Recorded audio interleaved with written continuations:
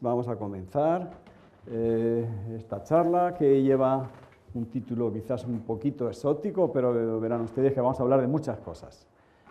Armazones de cables y barras, de la escultura a la célula, pasando por las matemáticas. Forma parte entonces del ciclo de Ciencia para Todos, que cuenta con el patrocinio del Ministerio de Educación, la Fundación Jorge Juan y la propia Fundación Ramón Areces. El programa completo lo pueden ver ustedes en la página web. Bien, si esta conferencia pretendiese conectar el arte con la ciencia, sería más fácil comenzar por el arte, en el sentido de cómo el arte ha sido muy sensible, sin duda alguna, ante los progresos de la ciencia. Podríamos haber empezado por Leonardo da Vinci, su gran conexión, su dominio de tantas ramas. Gaudí es un autor con un contenido científico inaudito. La gente ignora realmente las muchas matemáticas que hay detrás de todas las obras de Gaudí, pero eso sería otra conferencia. Justamente lo que yo pretendo es ser un poquito más original y romper una lanza por un camino muy poco transitado, y es ¿cómo puede ser que el arte movilice a la ciencia? No al revés, sino cómo puede ser que una ciencia tan difícil, tan técnicamente complicada, tan poco, digamos, abierta al acceso del público general, pues pueda ser motivada por el arte. Eso es lo que vamos a ver. Y en realidad esto enseguida lleva a uno a pensar si son o no dos mundos distintos, si son dos culturas distintas o no. Hay un libro excelente que les recomiendo vivamente, Dos culturas, las dos culturas y un segundo enfoque, de Charles Snow, en donde reflexiona sobre justamente si hay o no dos culturas separadas, y les puedo asegurar que van a disfrutar si leen este libro. Hay una traducción en castellano, en Alianza, en el año 1977. Y lo que vamos a ver es cómo, pues a partir de las esculturas de Calder, se movilizó todo un punto de vista que, bueno, pasó por otros escultores, otros artistas, arquitectos, y terminó en las matemáticas. Terminó en las matemáticas, en realidad no terminó, pasó por las matemáticas, y en su camino llegó a la biología, y hoy día coexiste su avance pues de manera simultánea en todos estos campos, en todos estos frentes. Terminaré la conferencia dando algunas referencias concretas. Bueno, uno de los puntos de partida se puede situar con Calder. Calder fue una persona muy innovadora, muy revolucionaria, si se quiere, de familia emigrante, sin embargo nació ya en Estados Unidos, y recibió una influencia muy fuerte de la escuela francesa. Él pasó mucho tiempo en París, también de los españoles, sin duda alguna. Muy temprano, ya en el año 28, empezó a dar cuerpo a su afición por esculturas de metal, esculturas con alambres, y de hecho,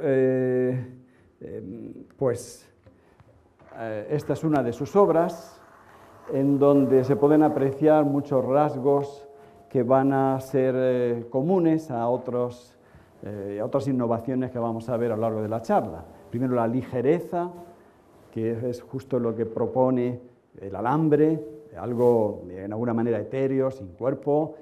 En alguna manera la inestabilidad, él deseaba esa inestabilidad, porque él quería ilustrar el movimiento. Es una parte del arte cinético en donde, lejos de buscar estructuras estáticas, él quería provocar el movimiento y la reflexión.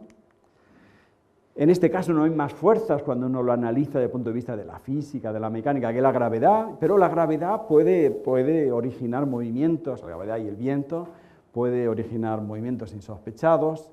En realidad él decía que eran unas formas gravitando, un bello uso de la palabra gravitación. Y de nuevo vemos algo que ya casi anticipado, y de hecho está en el título de la conferencia, una mezcla de varillas, cuerpos sólidos. Por cierto, se puede apreciar también, como he dicho antes, la influencia de Miró, de Dalí incluso, del surrealismo, de un cierto lenguaje abstracto que anticipa, si se quiere, pues una mínima conexión con la matemática que, como veremos, llegó a mucho más con el tiempo. Bueno, y en el camino, pues esa idea de Calder va siendo recogida por otros escultores. Uno de ellos, Kenneth Snelson, pues es autor de estas esculturas bellísimas que parecen flotar en el aire y, bueno, pues son unas primeras esculturas que datan del año 49, siendo él muy joven. Snelson ha recibido muchísimas distinciones y premios. Hoy día sus esculturas están en los mejores museos del mundo y en las ciudades más importantes también. A él le gusta especialmente que sus esculturas, igual que proponía Calder, estuvieran al aire libre. Y él en páginas web, él mismo maneja una página web muy activa, habla de las características de ligereza, varillas y cuerpos sólidos una vez más, y es por eso que, bueno, pues, se acerca a lo que yo he propuesto como título, armazones de cables y barras. En este caso, a diferencia de Calder, no hay tal movimiento. Justamente con muy pocos elementos él buscaba la estabilidad. Y de hecho casi parece milagro que una estructura así, tan alta, pues sea estable. Es decir, no hay movimiento, pero el no movimiento es justo la noticia, porque una estructura así normalmente sería dinámica. Bueno, es un lenguaje nuevo. Lo que pasa es que él mismo se autopropuso un lenguaje realmente muy, muy estricto. De tal manera que él lo que se propuso en todas sus esculturas es que los únicos elementos son cables y barras que no deben estar conectadas entre sí. Como vemos bien aquí, al lado, digamos, en los extremos de una barra, solo hay cables. Dos barras no se pueden tocar. Es una especie de lenguaje parecido al de Miró y al de tantos artistas que se autoimponen los creadores para definir su propia personalidad, y es realmente rígido. Bien, desde el punto de vista más mecánico, más científico, podíamos ver que esos elementos que están coexistiendo, barras y cables, sufren fuerzas, acciones de muy distinto tipo, porque las barras están comprimidas y, por el contrario, los cables están tensados. La compresión y la extensión son propiedades típicas de la elasticidad que ya fueron analizadas por Euler, cuando en sus primeros estudios analizaba cuál debía ser la sección, por ejemplo, de la viga óptima para aguantar un cierto peso. La tensión, por el contrario, es la dilatación y, bueno, lo único que puede pasar es la fractura del material, pero es exactamente la fuerza opuesta, y vemos un cierto equilibrio entre fuerzas que significan justamente conceptos muy opuestos. Como digo, pues hoy día Snelson es un escultor reconocido, sus obras están distribuidas a lo largo de todo el mundo. Y curiosamente, esa aventura de Snelson tuvo un origen muy, muy concreto en un curso de verano, en un modesto curso de verano, en donde, él lo dice, Snelson, fue en el año 1948, un curso de verano en Oregón. Bueno, dice que apareció por allí un señor un poco extravagante, un poco extraño, que se llamaba Buckminster Fuller.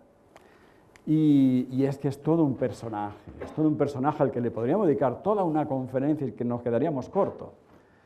Él fue el autor de muchas obras que impactaron a la innovación de su época y, bueno, recibió muchísimas distinciones, fue portada del Times, recibió la medalla de la ciencia de Estados Unidos y de la innovación, fue laureado en Japón, en la India, en muchos otros lugares. Y era una mezcla de ingeniero, arquitecto, ecologista, inventor y matemático también. Por cierto, era prácticamente contemporáneo de Calder, de tal manera que no se sabe bien quién influyó a quién, como veremos ahora con las fechas. Él ya jugaba con estas estructuras, él era el profesor de ese curso de verano al que Snelson asistió. Es de tal manera que en realidad estoy empezando la historia por el final. Snelson fue alumno de Buckminster Fuller y la influencia de Fuller pudo llegar hasta Calder incluso. Era un hombre excéntrico, mesiánico, provocador. Hay cantidad de documentos, incluso en la red, y hay DVDs que se pueden conseguir, en donde el hombre provocaba a su audiencia cuando daba conferencias, era alguien muy polémico, le gustaba arrancar la intervención del público, llevando sus opiniones realmente a posturas un poquito extremas, pero era realmente muy innovador, muy genial en sus ideas. Fue objeto, sigue siendo objeto de numerosos libros, artículos, exposiciones. Hace poco hemos tenido una bellísima exposición aquí en Madrid y, como digo, muchísimas distinciones.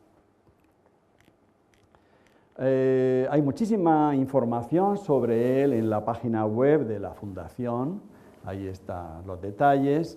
Por ejemplo, su faceta de matemático viene reflejada en que él echó un pulso a Euler y lanzó una ley que realmente se ha comprobado, que es totalmente cierta, no ya sobre caras más vértices igual a aristas más 2, sino la suma de ángulos. Lo que él propone es una ley que dice que el número de vértices multiplicado por 360 grados nos da una diferencia al sumar todos los ángulos convergentes en torno a un vértice. El número de vértices multiplicado por 360, la diferencia es siempre 720 grados. Bueno, pues es una ley que él comprobó experimentalmente y que luego se ha podido demostrar con todo rigor. Él habla de su relación con las esculturas de varillas y cables de Snelson y, como digo, en su página web vienen a clasificar algunas de sus innovaciones más importantes. Realmente su aportación cubrió muchísimas direcciones. Llegó, por supuesto, como se ve aquí, a inventar palabras, y una de ellas es la palabra tensegridad, que podría ser una alternativa al título de esta charla. Como digo, pues por ejemplo, él fue el autor de la palabra sinergética, bien diferenciada de la sinergia. La sinergia viene del griego, es una palabra bien antigua, pero él, sin embargo, propuso sinergético como un sistema de pensamiento holístico en donde se intenta explotar la naturaleza y optimizar los recursos. Y aquí está, por fin llegamos a la palabra que él inventó. Él propuso una palabra, no es Snelson, sino Fuller, de tensegridad, que es esta coexistencia entre cables y varillas, en donde hay una tensión y hay una integridad a un todo. La cuestión es que ese término, tensegridad, se ha hecho muy popular. Hay libros sobre el tema que se pueden conseguir y artículos desparramados por muchísimos lugares. Sin embargo, el lenguaje, insisto, es muy, muy estricto, de tal manera que, por ejemplo, estructuras propuestas por el propio Fuller no son tensegridades. Aquí, por ejemplo, vemos dos varillas que están coexistiendo, están en contacto en los extremos, y eso no sería una tensegridad. El propio Snelson, algunas de sus obras no son tensegridades en su sentido más estricto. De nuevo, aquí tenemos dos varillas tocándose entre sí, eso no es una tensegridad. Por tanto, el término tensegridad es muy estricto, y es por eso que yo lo he evitado un poco en el título de la charla y he puesto esto de armazones, porque en realidad, sea o no una tensegridad en sentido estricto, nadie puede dejar de reconocer la belleza y la curiosidad y el interés por ese tipo de estructuras.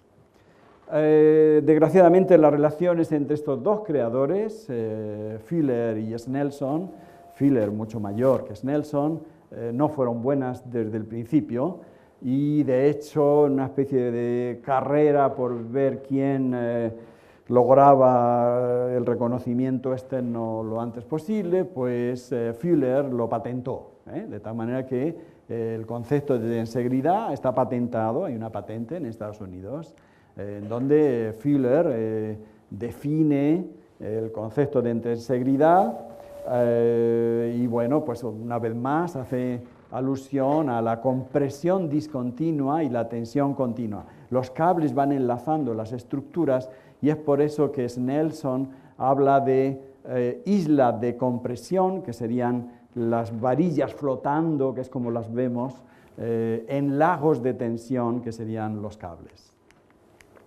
Hay una controversia realmente muy, muy agria entre ellos dos en la correspondencia, pero en realidad, sin duda alguna, hay que reconocer que fue Fuller el primero en digamos, intentar implantar ese tipo de estructuras, y de hecho otra patente muchísimo más antigua del año 27, pues ya, digamos, anticipa lo que luego Snelson llevaría a un extremo, esa idea de las tensegridades con ese lenguaje, pero ya se puede apreciar perfectamente que estaba en la cabeza de Fuller. Y bueno, pues fue Fuller el que fue capaz de llevarlo a un extremo, no ya con el lenguaje estricto de las tensegridades, porque esto no es estrictamente una tensegridad, pero sí comparte la misma filosofía de lo etéreo, digamos, lo flotante, y cómo se puede lograr estructuras muy, muy sólidas, en alguna manera rígidas, pese a su aparente fragilidad. Fuller tuvo una influencia enorme en muchísima gente, y en particular en la obra de Norman Foster. De hecho, en la película que se ha estado exhibiendo hasta hace muy poco en cines de Madrid, y de hecho en la televisión, en Canal Plus, fue exhibida, él reconoce, Foster, la influencia de Fuller, y habla de cómo una vez iba pilotando su helicóptero. Foster tiene un helicóptero privado y tendrá muchas más cosas, imagino, y llevaba a Fuller en el helicóptero, y fueron a visitar esta obra de Foster. Es uno de los edificios de la Universidad de East Anglia en el Reino Unido, y fue entonces cuando Fuller le preguntó justo lo que da título a la película sobre Foster: señor Foster, ¿cuánto pesa su edificio? La pregunta de Fuller era justo hasta qué punto era necesario, incluso pareciendo liviana esta estructura. Lo que Fuller quería llamar la atención de Foster era que en realidad habría mucho digamos, de superfluo. Bueno, pues al final Fuller lo calculó y le dio la respuesta y le convenció a Foster, y justo la obra posterior a lo del edificio en la Universidad de East Anglia fue este rascacielos en Nueva York, el Hearst Tower, en donde en la propia película Foster comenta cómo estuvo reemplazando elementos de hormigón armado y muchas otras estructuras por estructuras mucho más livianas, mucho cristal, y sin duda alguna pues consiguió algo que Fuller le había provocado con esa pregunta tan inocente. Habla en la película Foster de cómo pues, en alguna manera Fuller defendía la filosofía que todo el mundo atribuye a Mises van der Rohe de menos es más, de cómo la economía de medios pues, justamente logra una belleza y digamos una economía visual que es realmente muy impactante. El impacto de Fuller fue incluso mucho más allá de la arquitectura y llegó a la química, y este año, que es el Año Mundial de la Química, pues no viene mal recordar algunas estructuras que incluso llevan su nombre. Son los fullerenos, que son estructuras que se utilizan en diferentes compuestos, en particular el Buckminster fullereno y muchos otros, donde se mezcla una belleza con una utilidad. Pero el tema llega a las matemáticas por fin, y no es extraño porque la matemática es un lenguaje. Yo quería comenzar rompiendo un poquito el ritmo de la charla con un poquito de música, a ver si soy capaz de que funcione este. No sé si se oye.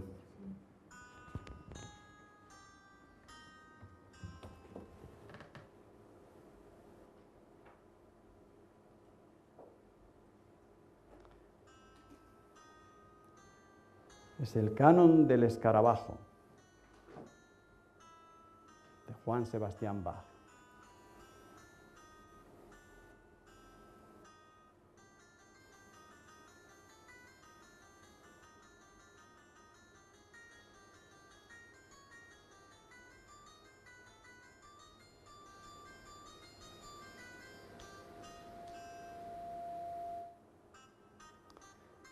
Ahora es la versión retrógrada.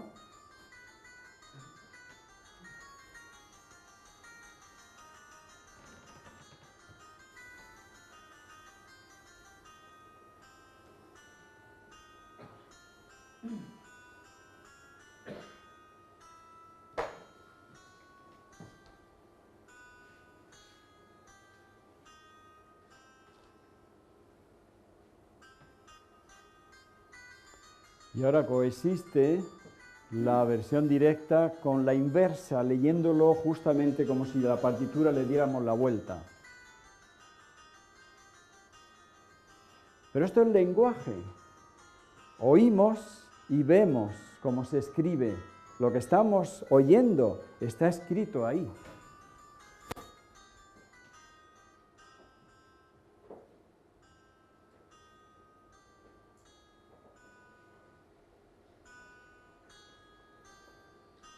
Y ahora una pequeña diablura matemática,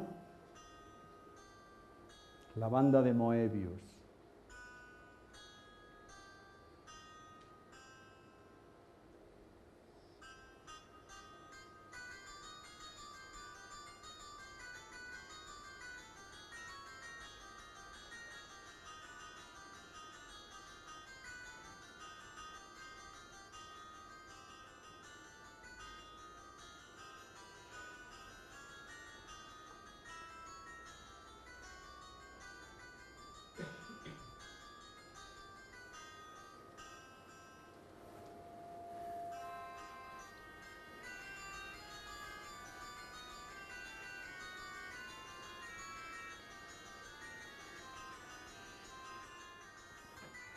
Bien, de manera que lo que parece intangible se puede escribir, y eso es lo que hace la matemática también.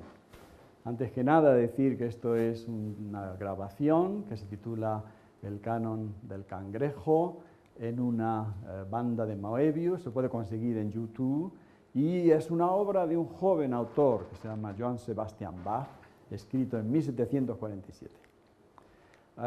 Por cierto, el fijarse en esta obra concreta es algo viejo porque está en un libro que les recomiendo de nuevo a todos ustedes, Gödel, Escher y Bach de Hofstadter en 1979.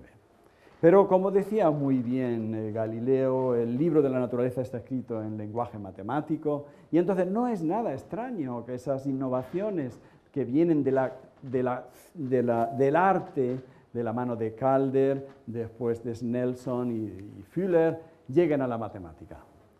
Pero además, tampoco es extraño que grandes artistas se fijen en la matemática y igual que nos hemos asombrado de la música, se asombren también estos grandes artistas de cómo la matemática permite una representación casi impensable. Man Ray, en realidad era un sobrenombre, él se llamaba Emmanuel Rubisky, viajaba con mucha frecuencia a París. Y en uno de sus viajes a París se alojó en un hotel al lado del instituto que hoy día lleva el nombre de Poincaré. Poincaré estaba vivo en aquel momento. Y en ratos libres, mientras le hacían la habitación, decía él, cruzaba ese instituto a ver qué hacían los matemáticos. Resulta que encontró esculturas matemáticas donde se representaba en escayola y en otros materiales, en yeso, superficies con fórmulas concretas, complicadas, que estaban escritas al lado de esas superficies. Y eso realmente le impactó. Ver algo material, superficies a las que él le daba forma y luego interpretaba, y que debajo hubiese un símbolo matemático diciendo es que eso es la fórmula, digamos, la ecuación que hay detrás es una superficie. Bueno, hasta tal punto que le llevó a él a organizar todo un catálogo de mezcla de fotos y pinturas, que lo llamó la Shakespearean Equation, en donde hay bueno, es algo que le llevó un montón de años, ¿eh? Empezó en el año 35 y lo acabó en el 48. Y justamente es haciendo énfasis en el impacto de la matemática como lenguaje, cómo símbolos extraños pueden llevar a formas tangibles, que se pueden tocar, que se pueden interpretar, hasta casi sentir. Bueno, de eso va también una exposición que vamos a poner aquí en la Real Academia, de hecho en esta misma sala y en otras muchas salas de la Real Academia, y es que este año es el centenario de la Real Sociedad Matemática Española, y con este motivo va a llegar a Madrid una exposición bellísima que se titula Imaginary 2011, en donde va a haber justamente esto que le atraía tanto a Man Ray. Muchísimos paneles y haciendo énfasis en el poder de comunicación de la matemática, no ya en su simbología, sino en su visualización. Va a ser una exposición que va a estar, yo soy el comisario, de manera que les puedo asegurar que va a estar abierto al público entre el 19 de octubre y el 15 de noviembre. Realmente les animo a que se acerquen por aquí en esas fechas. Bien, pero matemáticos mucho más profesionales, ya realmente en activo y, digamos, la élite de la matemática, se hizo eco de esas aportaciones que venían de Calder y de Snelson. Uno de ellos, el primero en Estados Unidos, fue Robert Conley, sin duda alguna un gran matemático. Se pueden ver muchísimas obras suyas y interpretaciones de tensegridades con matemáticas muy duras, y les animo a que visiten esa página web. Pero quedándonos en casa, sin duda alguna, el matemático español, el primer matemático español que tuvo una sensibilidad en el campo y realmente dedicó mucho esfuerzo, con una gran brillantez, como todo lo que hacía a este campo, fue Miguel de Guzmán Ozamiz, gran amigo, compañero, y bueno, pues es un honor tener aquí a su viuda en la sala. Miguel de Guzmán había hecho su tesis en Chicago, era uno de los mejores especialistas del mundo en análisis armónico, había publicado en muchas otras cosas, en fractales también, tenía libros, un gran pedagogo, su obra es inmensa, pero justamente inició una aventura nueva en su dilatada obra, dedicándose a las tensegridades, pero además desde un punto de vista muy constructivo, justamente enlazando con lo de Man Ray. La matemática se puede tocar, la matemática se puede experimentar también, aunque sea a veces muy ardua, difícil y complicada, realmente lo es. El que diga lo contrario realmente está mintiendo, la matemática es complicada. Pero eso no quita para que esté exenta de experimentación, esté exenta de sentimientos también. Y a él lo que le gustaba era analizar matemáticamente estructuras que luego él construía y tocaba. Pero no solamente las construía y tocaba, es que hacía que los demás lo hiciéramos también. Y es una visión muy nueva de la matemática, lejos de los libros o al lado de los libros, no es opuesto a los libros, sino al lado de los libros. Está la experimentación y la sensación profundamente personal de ir tocando lo que uno va pensando en la matemática. Bueno, él era tan creador que de hecho retocó la definición de tensegridad, dándole su aporte matemático para que encajase bien en una axiomática, en donde luego ya desarrollaron una teoría, de tal manera que, bueno, pues por ejemplo, en cualquier estructura de estas, lo que sí que importaba es que la resultante de la fuerza fuera nula y que para cada segmento la suma de los vectores en sus extremos tiene que ser cero. Esta nueva definición de Miguel de Guzmán no es tan estricta como la de Snelson, porque, por ejemplo, ahora sí que pueden coexistir dos barras, siempre y cuando se cumplan, como digo, las dos condiciones de Miguel de Guzmán sobre las tensegridades. Bien, él desarrolló muchísimos manuscritos que desgraciadamente no tuvo tiempo de completar en su totalidad. Y justamente ahora uno de los esfuerzos que estamos intentando desarrollar es llevar a buen fin esas investigaciones de Miguel de Guzmán. Como digo, se entretenía paralelamente al estudio matemático, con por supuesto la notación, la terminología adecuadas, la construcción material de tensegridades. Y poco importa que la foto haga alusión a un cartón, que quizás el cartón en sí mismo no es tan bonito, pero es que nos da la idea de la experimentación, nos da la idea de algo que no es nada frecuente. Este es su despacho, aquí está su teléfono, sus papeles, y al lado de cómo estaba escribiendo un teorema que luego mandaría a una buena revista, está la estructura en la que él se estaba basando. Esta era una de sus terrazas, y realmente su obra es muy, muy dilatada. A él le interesaba muchísimo, desde el punto de vista matemático, sobre justamente la rigidez de algo que parece que va a ser inestable, la optimización, la economía de medios, la conexión entre las aristas, sobre todo desde el punto de vista geométrico, el problema inverso, no ya construida una tensegridad donde están sus extremos, sino al revés, dados unos puntos, ¿cuándo poder decir si es posible construir una tensegridad que pase por esos puntos? En fin, era realmente un experto en el campo, que llevó, como digo, a la práctica sus estudios. Desgraciadamente, pues nos faltó, pero ha sido objeto de muchos homenajes. Esta es una foto de una de las estructuras que se hizo con motivo de su fallecimiento en la Facultad de Matemáticas de la Complutense.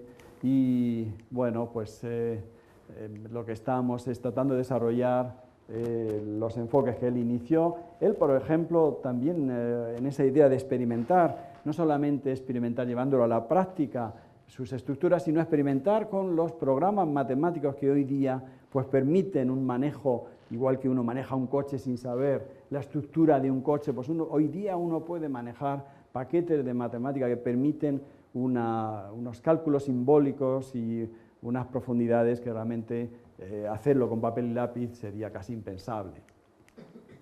Y bueno, pues la tarea de intentar reconstruir su libro es muy ardua porque dejó tantísimos manuscritos. Yo tengo personalmente una copia de un disco duro conteniendo absolutamente todo su ordenador, y por horas y horas que le he dedicado casi no logro darle una unidad.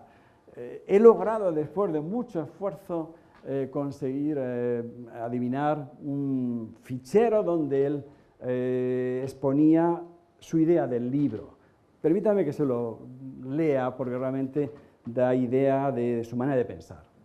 Dice, tal vez, lo primero la duda, un gran matemático, uno de los mejores matemáticos mundiales, da igual que sea español o no, realmente se formó en Estados Unidos, viajaba con mucha frecuencia a Alemania, pero era uno de los matemáticos activos más brillantes del momento, y empieza con la duda, tal vez, puede tener un interés para la gente, tal vez desde el punto de vista de la exploración, la experimentación, de la marcha del pensamiento, pero si es que pretendo exponer todo lo que he registrado y explicarlo, puede ser extraordinariamente pesado.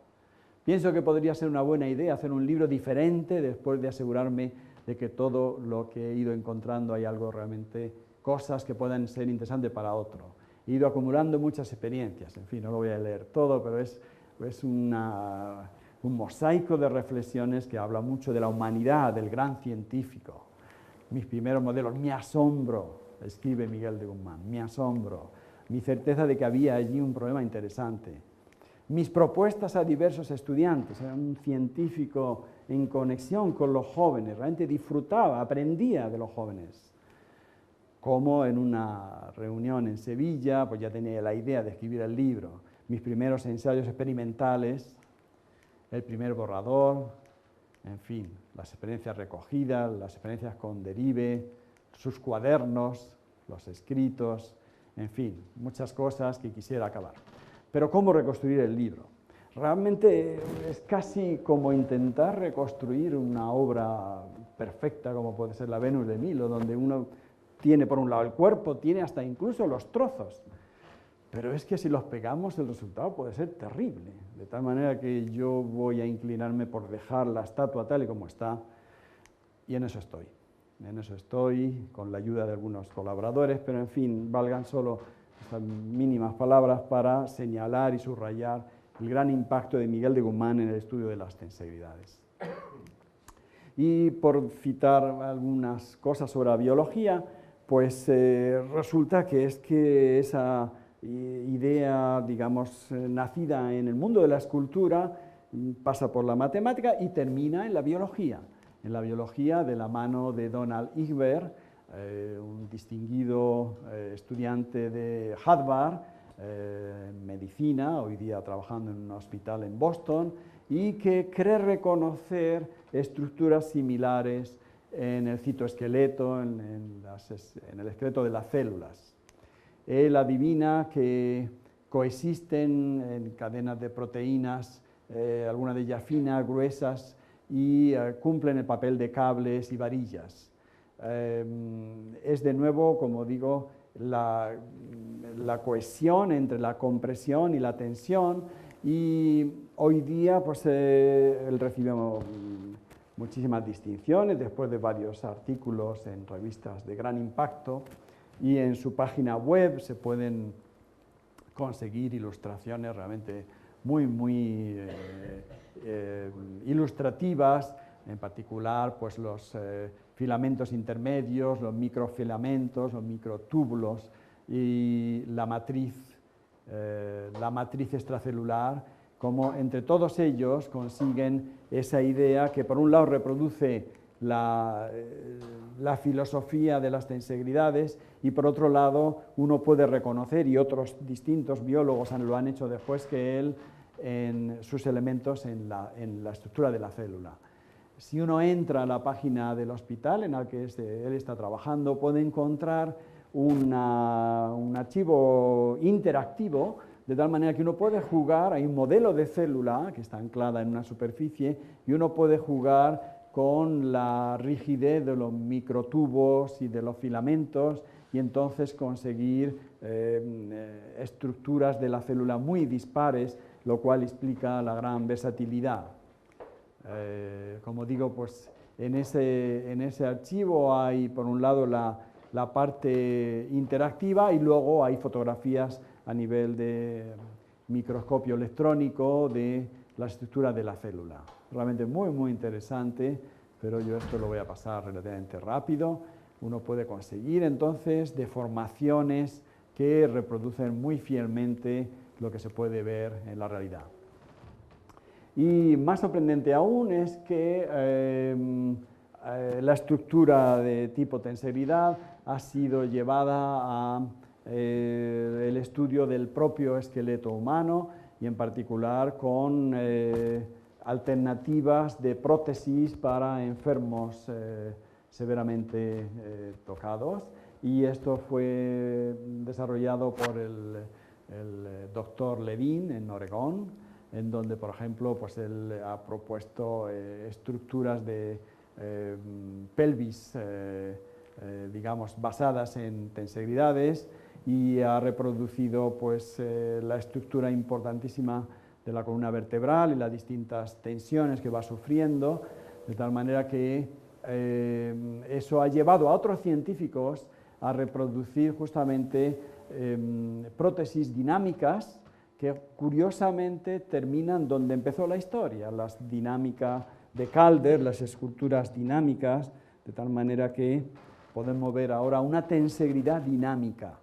La tensegridad justamente pretendía ser rígida, pero su última interpretación va en la aportación a estructuras móviles basadas en la filosofía de la tensegridad.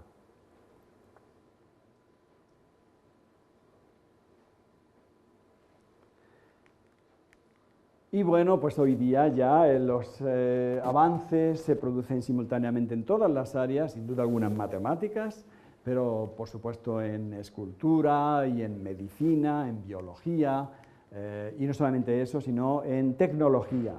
En tecnología hay distintos ingenieros en Cambridge, hay otros en Toulouse, y arquitectos, sin duda alguna, donde han desarrollado esas ideas de las tensegridades para crear estructuras realmente muy innovadoras. Esto que aparece aquí es el pabellón de la exposición que hubo en Suiza en el año 2002, donde se titula La nube, porque justamente los arquitectos, que son estos que están aquí mencionados, pretendían esa idea de lo, digamos, inmaterial, una edificación, era un pabellón, era un pabellón que se podía visitar, pero está basado en la idea de la tensegridad y, bueno, pues fue muy impactante. Ellos que decían que querían reproducir esa idea de la nube y este es uno de sus esquemas. Pero mucho más recientemente, en realidad el diseño empezó en el año 91, pero su materialización es mucho más reciente, pues se han diseñado telescopios y estructuras que van, antenas replegables, que van en distintas misiones de la ESA y de la NASA, de tal manera que ha llegado sin duda alguna a la tecnología. Hoy día se puede conseguir muchas fuentes de información, hay libros muy recomendables, este de Motro es realmente muy interesante. Hay un libro de un profesor español que estuvo mucho tiempo en Minneapolis y que ahora en su regreso se ha instalado en la Universidad de Cantabria, muy aconsejable. Él mantiene, Valentín Gómez Jauregui, es quien mantiene una página web en castellano muy al día y muy aconsejable, y es esta de acá, tensegridad.es. Uno pone tensegridad.es y llega a la página web de Valentín Gómez. El propio Miguel de Guzmán mantenía una bellísima página web en vida donde iba recopilando sus escritos y muchos otros enlaces a otras páginas web de gran interés. Hay un libro de un autor que recibió un premio del Museo de Ciencias de La Coruña, justamente sobre tensegridad. Es un libro bellísimo. Él reconoce en el prólogo la influencia de Miguel de Guzmán. De hecho, reproduce muchas de las obras de Miguel de Guzmán que estaban en su página web, de tal manera que este libro tiene muchísimo de la obra de Miguel de Guzmán. Es un libro muy aconsejable, este otro también. El propio Miguel de Guzmán publicó en muchísimas revistas, en Arbor, otras más científicas, más técnicamente más complicadas. Él estaba dirigiendo la tesis de David Orden en la Universidad de Alcalá y han publicado varios artículos juntos, en algunos de ellos incluso después de desaparecido Miguel de Guzmán. Y luego está la obra de Igbert, que se puede conseguir en muchos lugares, en Investigación y Ciencia, que es la versión en castellano de la Scientific American. Su artículo más impactante, el que tiene más citas, es este, Tensegrity One, en el Journal of Cell Science. Y luego están las obras en torno a el esqueleto humano y las obras de Levin y su conversación. En realidad no es tanto un libro, sino un DVD que contiene una conferencia y una serie de discusiones y conversaciones con este otro ingeniero escultor, que es el autor de esa tensegridad dinámica. De manera que podríamos titular en realidad la conferencia no ya solo de la escultura a la ciencia, sino incluso de la escultura a la NASA, y es que, como he dicho, hoy día esas estructuras se han materializado en misiones que son muy innovadoras. Y nada más. Muchas gracias por su atención.